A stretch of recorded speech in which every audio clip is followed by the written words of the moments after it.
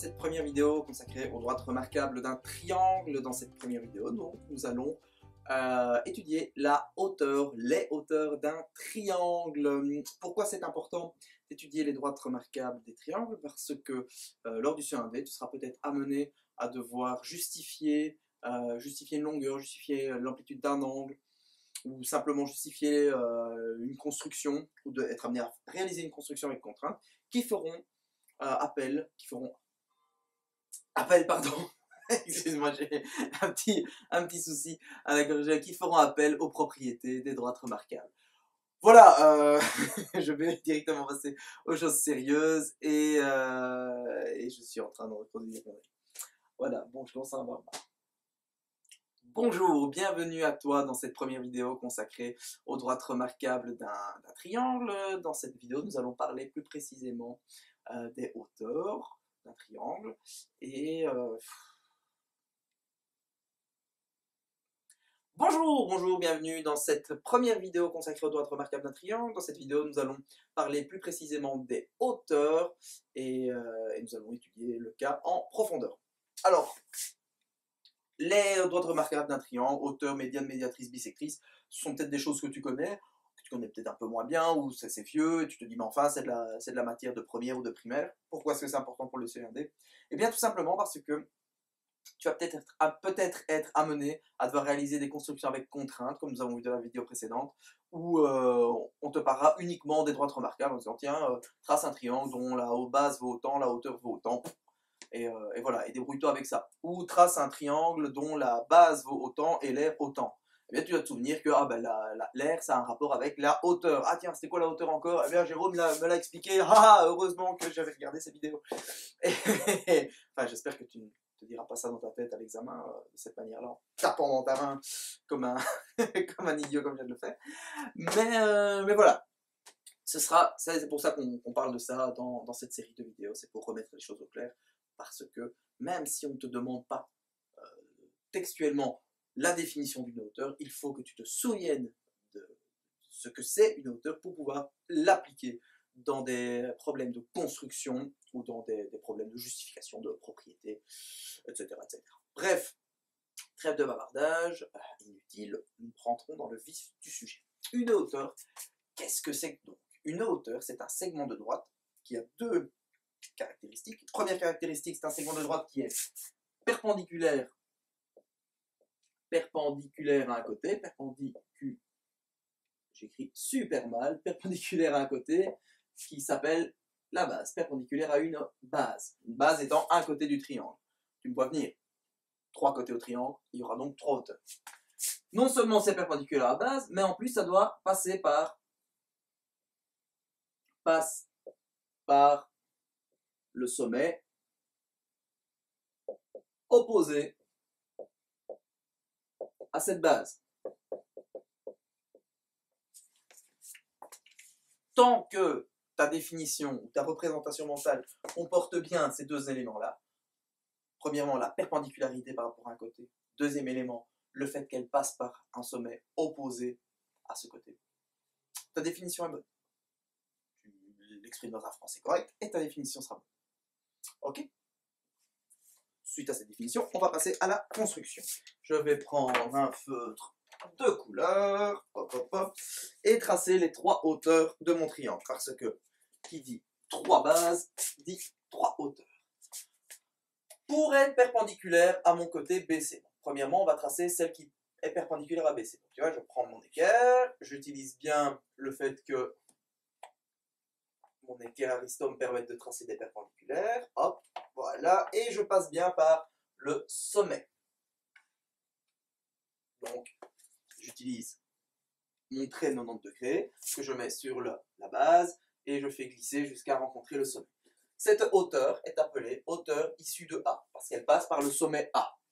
Je recommence l'exercice en étant perpendiculaire à AC, hop, et je glisse jusqu'à ce que mon équerre, le grand côté de mon équerre, touche le sommet B. Je trace, j'ai une perpendiculaire et cette hauteur s'appelle la hauteur issue de B, parce qu'elle passe par le sommet B. Logique. Troisième hauteur, la troisième hauteur, je suis perpendiculaire au côté AB, et je passe par le côté, elle passe par le côté C. On dit joue, là, elle passe par le côté C, ici elle est perpendiculaire, et c'est donc la hauteur issue de C.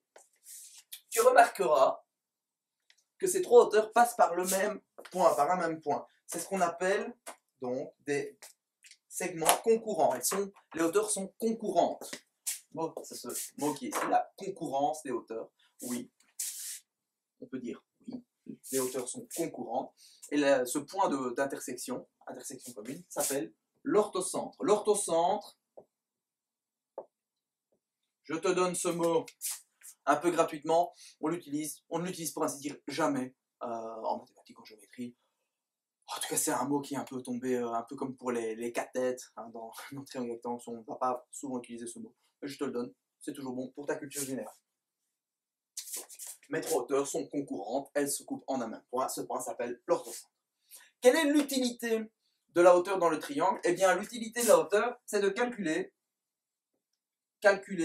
l'aire. Calculer l'aire selon la formule bien connue, R égale base fois hauteur sur 2. La base étant à chaque fois la base perpendiculaire à la hauteur.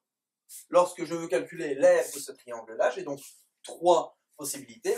Soit je fais le côté BC fois la hauteur issue de A, ou divisé en 2, ou le côté AB fois la hauteur issue de C divisé en 2, ou le côté AC fois la hauteur issue de B divisé en 2. Attention, je ne fais pas le côté BC fois la hauteur issue de B. C'est toujours par rapport à la hauteur qui lui est perpendiculaire. Et donc pour un seul triangle, il y a à chaque fois trois manières différentes de calculer l'aire. En quoi c'est important? Eh bien, je vais te le dire. Parfois, hein, au CE1D, il est possible que tu tombes sur un exercice du style trace un triangle dont la base vaut 10 cm, un des côtés vaut 10 cm, et dont l'aire vaut 20 cm². Bien facile, tu sais que tu vas avoir ici un côté qui fera 10 cm, une hauteur que tu places n'importe où, hein, par exemple ici, elle devra faire 4, parce que 10 fois 4, 40, divisé en 2, 20 cm², et puis hop, hop, et tu auras bien ici 20 cm² d'air. Il y a plein de manières différentes de tracer ce triangle, mais tu as respecté la contrainte, une aire de 20 cm² et une base de 10. Voilà, tout simplement. Ok. J'ai dit tout ce qui était important à savoir sur les hauteurs d'un triangle. J'attire juste ton attention sur deux petits cas particuliers. C'est le cas du, je vais le faire un peu à main levée, hein, c'est le cas du triangle rectangle, ok, et du triangle obtusangle. Donc comme tu vois ici, on a surtout tracé les hauteurs d'un triangle acutangle. Les cas particuliers du triangle rectangle et du triangle obtusangle sont les suivants. En fait, si tu regardes bien, ici tu as une hauteur, une première hauteur, c'est assez facile. Mais lorsque tu veux être perpendiculaire à cette base-ci et passer par le sommet, il faut sortir. On sort du triangle, ok? De la même manière, si je veux être perpendiculaire à ce côté, je dois le prolonger, puis abaisser la hauteur, hop, ici. Et donc, on ne le voit pas, mais on a une, deux, trois hauteurs, et leur concurrence, en fait, se situe à l'extérieur, bon, je vais faire un lever, donc c'est un peu comme un cochon, à l'extérieur du triangle. Donc, dans un triangle obtusangle, deux des trois hauteurs sont à l'extérieur du triangle. L'autre cas particulier, c'est lorsque j'ai un triangle rectangle. Là, c'est encore, je vais même changer de couleur pour que ce soit un peu plus visuel. Hein. J'ai une première hauteur ici, hein, facile, hop, hop, hop, une perpendiculaire au grand côté à l'hypoténuse et qui passe par le sommet. Mais si je veux être perpendiculaire à cette base-ci et passer par le sommet, en fait, la hauteur, c'est le côté. De la même manière, si je suis donc je voulais être perpendiculaire à celui-là. Si je suis perpendiculaire à ce côté en passant par le sommet, hein, c'est aussi le côté. Et donc dans un triangle rectangle, deux des hauteurs sont les côtés de l'angle droit. Voilà, petit détail, ne sois pas étonné si tu te retrouves face à un triangle acutangle ou un triangle rectangle ou aux petits angles et qu'on te demande de tracer les hauteurs. Ce sont des cas un peu particuliers. Voilà, c'est fini pour cette première vidéo. Ce n'était pas la plus facile. Donc, si tu as trouvé ça parfois un peu complexe, ne t'inquiète pas, ce n'est pas la plus facile des droites remarquables. A très bientôt pour la suite.